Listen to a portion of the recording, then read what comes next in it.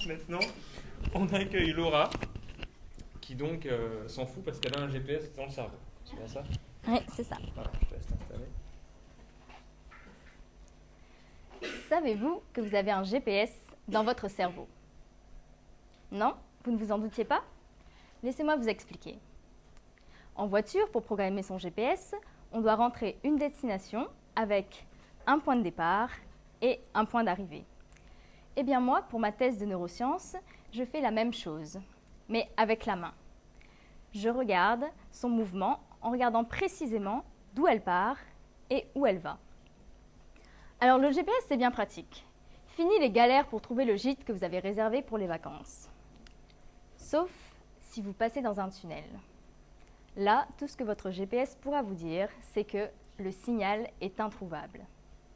Normal, car un GPS ne fonctionne pas seul. Il a besoin de récupérer des informations qui proviennent de satellites.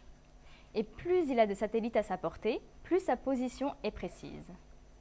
Dans le cas de notre main, pas besoin de satellites. Nous pouvons compter sur nos sens.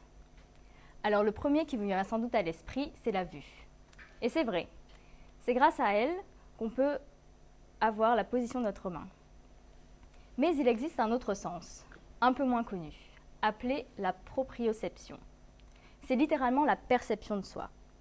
La proprioception permet de situer les différentes parties de notre corps dans l'espace.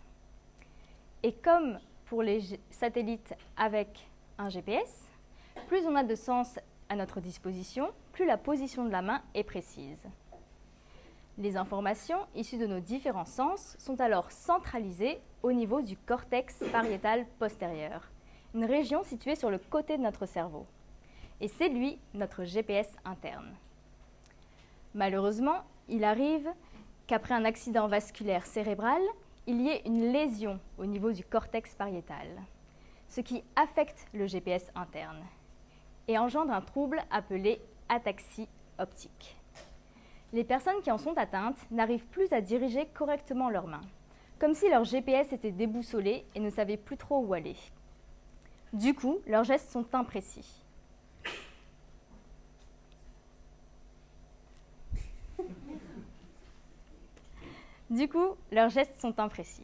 Et contrairement à votre GPS, qui va recalculer le trajet si vous vous trompez de chemin, les personnes ataxiques, elles, n'arrivent pas à rectifier leur mouvement.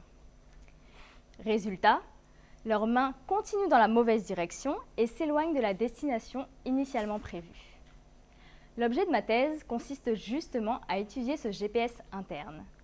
Pour cela, j'utilise des caméras qui me permettent, comme des radars, de traquer les mouvements de la main et d'observer les perturbations dues à l'ataxie optique. Tout cela afin de comprendre en quoi le GPS des personnes ataxiques est défaillant. Ainsi, on pourra envisager d'ajouter de nouvelles fonctionnalités à leur GPS pour que leurs mains puissent à tous les coups arriver à bonne destination.